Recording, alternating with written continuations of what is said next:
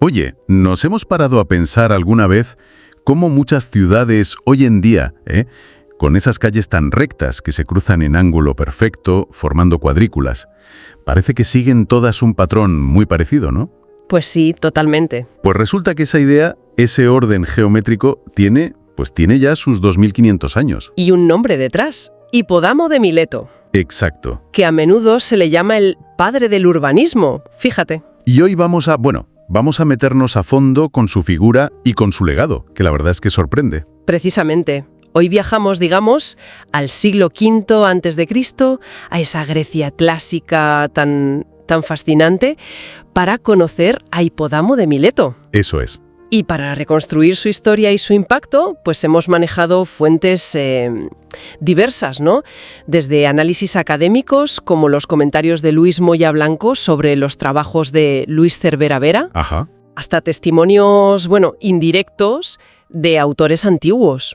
Sobre todo Aristóteles en su Política, claro, pero también hay ecos en Vitruvio, en Estobeo. Entendido. Y luego, claro, síntesis más modernas, algunos análisis que sistematizan información ya conocida, incluso con ayuda de IA, y artículos de enciclopedia tipo Wikipedia.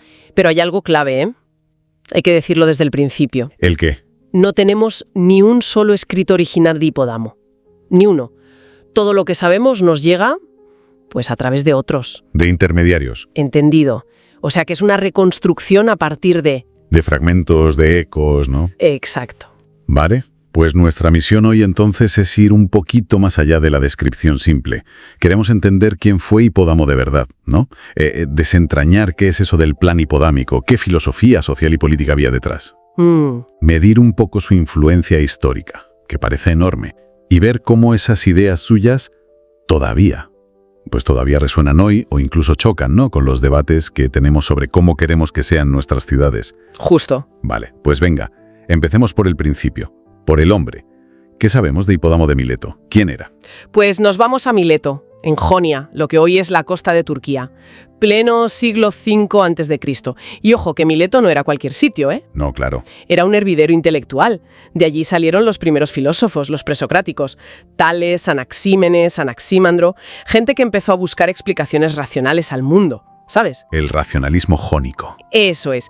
Y esa atmósfera, esa búsqueda de la razón, parece que impregna todo lo que pensó Hipódamo. Las fuentes lo describen como una figura polifacética, ¿no? Arquitecto, urbanista, pero también matemático, meteorólogo, incluso filósofo social. Un pensador total, muy del ideal griego. Sí, sí. Pero como decías, lo conocemos sobre todo por Aristóteles, y la imagen que nos da es, un poco peculiar, ¿no? Sí, la verdad es que sí. Aristóteles dice que era alguien original, con afán de distinción. Vamos, que le gustaba destacar. Menciona una vida excéntrica. Ajá. Hay detalles curiosos. Se habla de su forma de vestir, de su comportamiento, un poco fuera de lo común, digamos. Y luego está esa confusión que aparece en varias fuentes, desde Wikipedia hasta análisis más académicos como los de Moya Blanco. ¡Qué confusión! Sobre si era la misma persona que un tal Hipódamo el Pitagórico, que menciona Estobeo. La conexión con Pitágoras, con esa obsesión por los números, la armonía, el orden cósmico, pues hombre, encajaría muy bien con su urbanismo, ¿verdad? Pero certeza absoluta, pues no la hay. Y hay una hipótesis que se sugiere en algunos análisis sobre qué pudo motivarle. Algo más personal. Resulta que Mileto fue destruida por los persas, ¿no? En el 494 a.C. Sí, una destrucción brutal. Hipódamo debía ser un niño, o muy joven. Y se sugiere, pudo ese trauma, ver su ciudad arrasada, el caos, pudo eso impulsar esa búsqueda suya casi obsesiva de un orden urbano racional como una forma de evitar que eso volviera a pasar. Pues mira, es una hipótesis que tiene mucho sentido, la verdad. Es muy sugerente. Ver tu ciudad natal hecha escombros, pues sí, claro que te puede marcar y generar una necesidad profunda de estructura, de orden, de poder prever las cosas. Claro. Y eso nos conecta directamente con su gran legado, con el concepto clave, el plan hipodámico, la ciudad endamero. Ahí quería llegar. Más allá de la figura del personaje, ¿en qué consiste exactamente este plan? Porque la influencia parece tremenda. Pues lo básico, lo fundamental, es el trazado ortogonal. Una retícula, una cuadrícula, vamos. Como un tablero de ajedrez. Exacto. Calles principales anchas, las plateiae, y calles secundarias más estrechitas, los sthenopoi. Y todas se cruzan sistemáticamente en ángulo recto. ¿Y esto qué crea? Pues crea manzanas para construir, las insulae, que son muy regulares, normalmente rectangulares, y de tamaño, pues más o menos igual. Claro. Nada que ver con cómo crecían muchas ciudades antiguas, ¿no? Que iban saliendo de forma orgánica, adaptándose al terreno, con callejuelas torcidas. Exacto, justo. El plan hipodámico es la antítesis de ese crecimiento espontáneo, orgánico. Pero ojo, lo revolucionario no es tanto la cuadrícula en sí, que bueno, ya había ejemplos antes, ¿eh? En Egipto, en Ajetatón o en Mesopotamia. Ah, ¿no? No. Lo potente de verdad, lo que se le atribuye a Hipódamo y que coincide en casi todas las fuentes, es por qué la usaba y cómo la sistematizó en el mundo griego. Su gran aportación fue concebir un planeamiento integral. ¿Integral? ¿A qué te refieres? Que no era solo una solución técnica para trazar calles, era la manifestación física de toda una filosofía. ¿Una filosofía detrás de las calles rectas? A ver, cuéntame eso. Pues había como varias capas, ¿sabes? Primero, y muy obvio, la funcionalidad. La cuadrícula hacía todo más fácil. Moverse por la ciudad, orientarse, llevar el agua, el saneamiento, incluso defenderla. Era una ciudad más eficiente, más legible. Lógico. Segundo, y esto es fundamental, la igualdad. O la equidad, si quieres. Igualdad. ¿Cómo? Pues porque un trazado tan regular permitía repartir las parcelas, los cloroi, entre los ciudadanos de forma mucho más fácil y equitativa. Era una forma de llevar al suelo, al ladrillo, el ideal político griego de la isonomía. ¡Ostras! La igualdad de todos los ciudadanos ante la ley, hecha ciudad. La cuadrícula no era solo orden, era una declaración política. ¡Qué bueno! La geometría como herramienta política. Fascinante. Y aún hay una tercera capa. La simbología. El orden cósmico y la razón. A ver. Para los griegos de la época, imponer un orden geométrico racional a la polis, a la ciudad-estado, era como reflejar el orden superior del universo, del cosmos. Era la razón humana dominando el caos de la naturaleza, buscando la claridad, la simetría, la armonía. De hecho, Luis Moya Blanco conecta esto directamente con las ideas cósmicas de la época. Hipódamo no solo diseñaba calles, diseñaba un microcosmos ordenado. O sea que la innovación no fue tanto inventar la línea recta, que ya existía. No.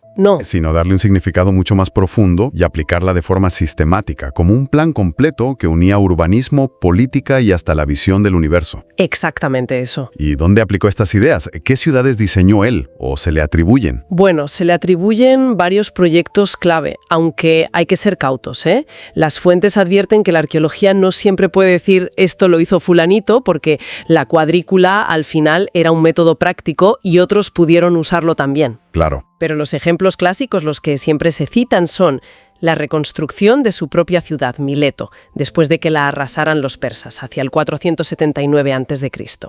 Luego, la planificación de El Pireo, el puerto de Atenas en tiempos de Pericles, quizá su obra más famosa y la que comenta Aristóteles. Ajá. También la fundación de la colonia de Turios, en el sur de Italia, allá por el 443 a.C., un proyecto muy ambicioso, una especie de ciudad ideal panhelénica. Y posiblemente la nueva ciudad de Rodas, hacia el 408 a.C. ¿Y estos planes tenían más cosas en común, aparte de la cuadrícula? Sí. Hipódamo introdujo, o al menos sistematizó, otros elementos importantes. Uno fundamental, la zonificación funcional. Zonificación, como hoy. Pues sí, el germen está ahí, dividía la ciudad en áreas claras. Una zona sagrada, templos, recintos religiosos, una zona pública, el ágora como centro cívico y comercial, edificios administrativos, y una zona privada, las viviendas. Separar los usos para que la ciudad funcionara mejor. Vaya, como hacemos ahora con los planes urbanísticos, residencial, industrial, comercial. En esencia sí, la idea viene de ahí. Además, como te decía antes, estableció una jerarquía de calles clara. las plateias principales, más anchas, para el tráfico importante y para darle prestancia a la ciudad, y los stenopoi, secundarios, más estrechos para acceder a las casas. Entiendo. Y siempre, siempre, el ágora en un lugar central, destacado, el corazón de la vida pública. Todo esto refuerza mucho la idea de que no era solo un técnico, un arquitecto. Su plan era en el fondo una forma de ingeniería social, ¿no? Clave del pensamiento de Hipódamo. El urbanismo como una herramienta para moldear la sociedad. La forma física de la ciudad no era algo neutro. No. Tenía que reflejar y reforzar una estructura social y política ideal. Y ahí es donde entra su famosa propuesta de división social, ¿verdad? La que critica Aristóteles. Exacto. La tripartición, que la conocemos precisamente por la crítica de Aristóteles en la política, proponía dividirlo todo en tres. A ver. Primero, la población ciudadana, 3 clases. Artesanos, los que producían cosas, agricultores, los que trabajaban la tierra, y militares, los que defendían la polis. Una especialización muy clara buscando la eficiencia del conjunto. Vale. Segundo. El territorio, imagino, justo. También en 3 partes. Tierra sagrada, para el culto a los dioses. Tierra pública, que era muy interesante. Sus rentas servían para mantener a los militares y para otros gastos comunes. Y tierra privada, que era para los agricultores. Fíjate qué curioso lo de la tierra pública para los militares. Sí, aseguraba su independencia económica, para que se dedicaran a defender la ciudad sin otras preocupaciones. Una idea potente. Ya lo creo. ¿Y el tercer elemento de la tripartición? Las leyes. También las simplificaba radicalmente. Proponía que el sistema legal se centrara en resolver 3 tipos de agravios principales. La hibris, que es un concepto complejo, injuria, ultraje, desmesura, el daño material y el homicidio. Unas leyes claras y concisas, como la ciudad misma. O sea que el objetivo final era una polis perfecta, ¿no? Racional, organizada, donde cada pieza encajaba y cumplía su función, para lograr la máxima estabilidad y desarrollo. Una sociedad ordenada, disciplinada, y eso se veía en la geometría pura de la cuadrícula. Esa era la visión, sí. Orden, subordinación de la parte al todo, eficiencia. Una especie de utopía racionalista hecha piedra. Pero claro, una visión tan teórica, tan rígida, pues no tardó en recibir críticas. Y la más importante, como decíamos, vino de Aristóteles. ¿Qué le reprochaba Aristóteles? Porque, aún así, lo reconocía como un pionero en pensar sobre la ciudad ideal, ¿no? Sí, le reconocía ese mérito, pero le veía varias pegas. Primero, consideraba que esa división social tan estricta era ingenua, poco realista. ¿Por qué? Pues porque en la vida real, decía Aristóteles, la gente hace muchas cosas. Un agricultor igual también tiene que ser soldado, si hace falta, ¿no? No somos tan especializados. Claro. Segundo, veía un peligro de conflicto social, de que una clase dominara a las otras. Sobre todo le preocupaba la clase militar. Ajá. Claro, si tenían el sustento asegurado por la tierra pública y encima eran los únicos con armas, pues podían fácilmente acabar oprimiendo a los artesanos y a los agricultores. Veía ahí un riesgo de tiranía militar, digamos. Una crítica política muy seria. Y también cuestionaba la base de la justicia que parecía haber detrás. ¿Es justo tratar a todos igual, materialmente, sin tener en cuenta los méritos o las virtudes de cada uno? Y luego, claro, las preguntas prácticas incómodas. ¿Cómo cuáles? Pues ¿quién iba a trabajar las tierras sagradas y las públicas? ¿Los agricultores, además de las suyas?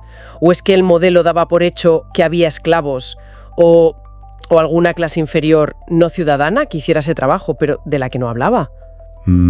Puntos débiles, sí. A pesar de todo esto, insisto, Aristóteles le reconoce ser el primero en intentar diseñar la mejor forma de gobierno, la mejor politeia, sin ser él mismo un político activo. Un teórico puro. Hay una interpretación interesante sobre eso de la tierra pública para los guerreros, ¿sabes? Que la menciona Claude Monet citando a Bernard.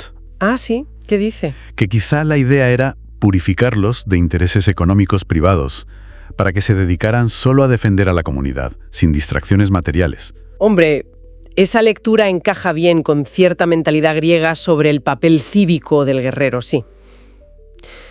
Podría ser. Pero bueno, críticas filosóficas o prácticas aparte. El legado de Hipódamo, lo que dejó, es sencillamente monumental.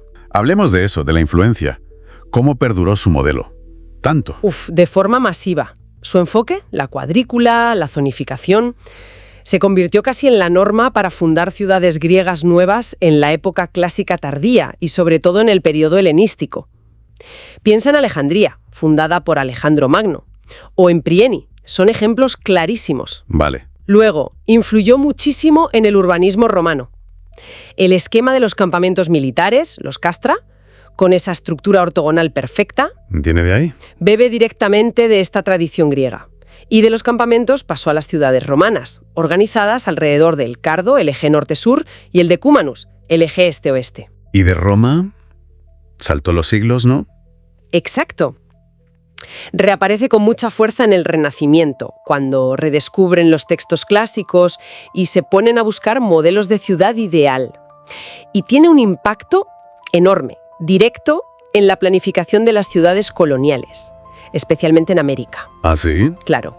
Las famosas leyes de Indias que dictó la corona española en el siglo XVI prescribían explícitamente el trazado en damero para las nuevas ciudades. Lima, Buenos Aires, incluso el plan original de Nueva York, son herederas directas de esta idea de hipódamo. Increíble. Y llega hasta casi ayer, ¿no? Hasta la edad contemporánea. Sin duda. El urbanismo moderno del XIX y del XX bebe constantemente de esta idea. El ejemplo que todos tenemos en mente en España es el Plan Cerdá para el ensanche de Barcelona, ¿no? Una cuadrícula casi perfecta. Clarísimo. Pero también piensan en la expansión de muchísimas ciudades de Estados Unidos. Adoptaron la retícula como modelo por defecto. Era simple, fácil de parcelar, parecía permitir una expansión infinita. Vale, y aquí llegamos a lo crucial, me parece. ¿Qué vigencia tiene hoy de verdad el plan hipodámico? ¿Sigue siendo relevante en el siglo XXI o es ya una pieza de museo? Pues mira, sigue siendo relevante en bastantes cosas, ¿eh? Aunque con muchos matices, claro. La búsqueda de eficiencia y orden que movía a Hipódamo, pues sigue estando ahí, en el centro de la planificación urbana. ¿En qué sentido? Agua, gas, electricidad, fibra óptica, todo eso. Facilita la administración, el catastro, poner números a las calles y, en teoría, simplifica la orientación y, hasta cierto punto, el tráfico. Aunque esto último, bueno, hoy es muy discutible. Ya. ¿Y la idea de zonificación, esa separación de usos? Pues persiste totalmente. A ver, hoy la criticamos mucho y buscamos modelos más mixtos, ¿no? Pero la base de la planificación moderna sigue siendo dividir la ciudad en zonas. Residencial por aquí, industrial por allá, comercial, equipamientos, zonas verdes. Se busca un equilibrio funcional para, en teoría, mejorar la calidad de vida. Incluso conceptos modernos como... Exacto. Conceptos como las ciudades inteligentes o las ciudades de 15 minutos, aunque tengan enfoques nuevos, en el fondo recogen ese espíritu de Hipódamo, de estructurar la ciudad físicamente para optimizar la vida social y económica. También mencionabas la equidad antes. Esa idea todavía resuena. Sí, sí que resuena. La aspiración a un reparto regular, justo, del suelo urbano sigue viva, aunque la realidad del mercado inmobiliario sea mucho más complicada, claro. Pero la idea de lotes regulares, de un acceso más equitativo al espacio, sigue estando detrás de políticas de vivienda social, de los discursos que piden el derecho a la ciudad para todos. Ese ideal de isonomía de Hipódamo, aunque fuera utópico, sigue siendo una referencia. Pero claro, no todos son luces. El modelo hipodámico también arrastra críticas bastante feroces hoy en día, ¿no? ¿Cuáles son los principales problemas que se le ven? Hombre, uno muy evidente es su rigidez y su potencial monotonía. ¿A qué te refieres? Pues que la cuadrícula, si la aplicas a rajatabla sin pensar, puede ignorar completamente la topografía. Te encuentras calles con unas pendientes absurdas o desaprovechas totalmente las vistas o las características del paisaje. Ya. Y puede resultar, pues eso, monótona visualmente, repetitiva, deshumanizante si no le metes variedad, que falte identidad local. Como decía Moya Blanco, comentando a Cervera Vera, puede haber una desconexión con los problemas humanos del lugar concreto. Otro punto flaco que parece obvio es la movilidad actual, el tráfico. Clarísimamente. Lo que funcionaba bien para ir a pie o con carros hace 2500 años, pues hoy, con la cantidad de coches que hay, a menudo se colapsa. Las intersecciones en ángulos rectos, sobre todo si la cuadrícula es muy grande, generan muchísimos puntos de conflicto, de atascos. Y hay interpretaciones más de fondo, ¿no? Más críticas sobre lo que significa la cuadrícula. Sí, claro. Pensadores como Michel Foucault, por ejemplo, han interpretado la cuadrícula no solo como orden, sino como una herramienta de control social. Control. Sí, calles anchas, rectas, facilitan la vigilancia, el movimiento rápido de la policía o del ejército, el control de la gente. Es la forma física de un poder que quiere verlo todo, ordenarlo todo. En contraste con la opacidad, la resistencia que puede ofrecer un trazado más laberíntico, como el de los barrios medievales, ¿sabes? Entiendo. También se critica mucho la zonificación estricta, esa herencia de Hipódamo. Exacto. Llevada al extremo, que es lo que se hizo mucho en el siglo XX, ha creado problemas muy serios. Las famosas ciudades dormitorio, ¿no? Barrios residenciales donde no pasa nada durante el día, totalmente desconectados del trabajo, del ocio. Y eso obliga. Pues a depender totalmente del coche. Desplazamientos larguísimos, contaminación y una pérdida de vitalidad urbana tremenda en muchas zonas. Falta vida de barrio. Por eso surgen movimientos como el nuevo urbanismo, que buscan lo contrario. Precisamente. El nuevo urbanismo y otras corrientes actuales lo que quieren es mezclar usos. Volver a poner viviendas, tiendas, oficinas, talleres, todo junto en los mismos barrios. Fomentar que puedas ir andando a los sitios. Recuperar esa complejidad, esa vitalidad de las ciudades de antes. Paradójicamente, buscan recuperar algo que Hipódamo quiso: ordenar y separar. Y ya por último, la sostenibilidad. ¿Cómo encaja la cuadrícula con los retos ambientales de hoy? Pues a menudo regular. El modelo clásico de cuadrícula puede adaptarse mal al clima local, la orientación de las calles respecto al sol, a los vientos.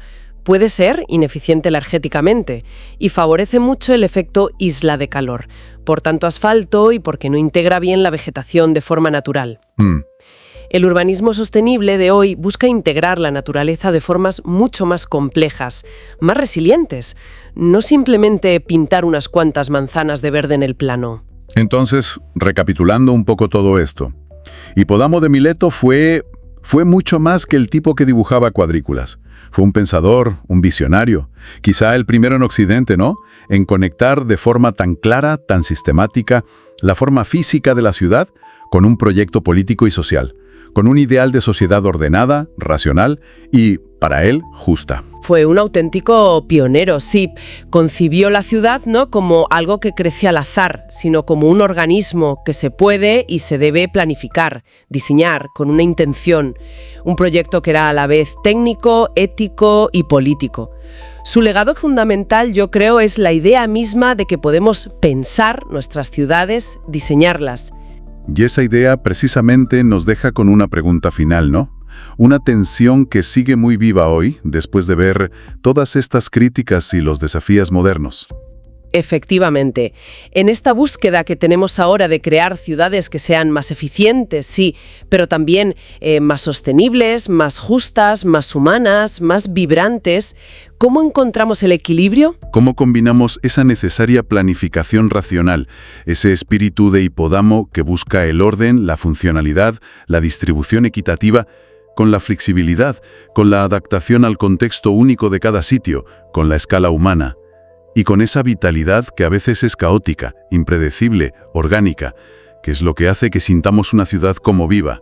¿Cuánta estructura hipodómica, cuánta retícula ordenadora necesitamos hoy en día?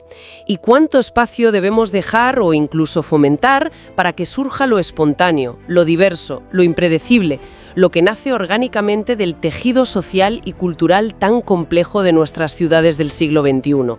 Esa es quizá la gran pregunta que nos sigue planteando Hipódamo, 2500 años después.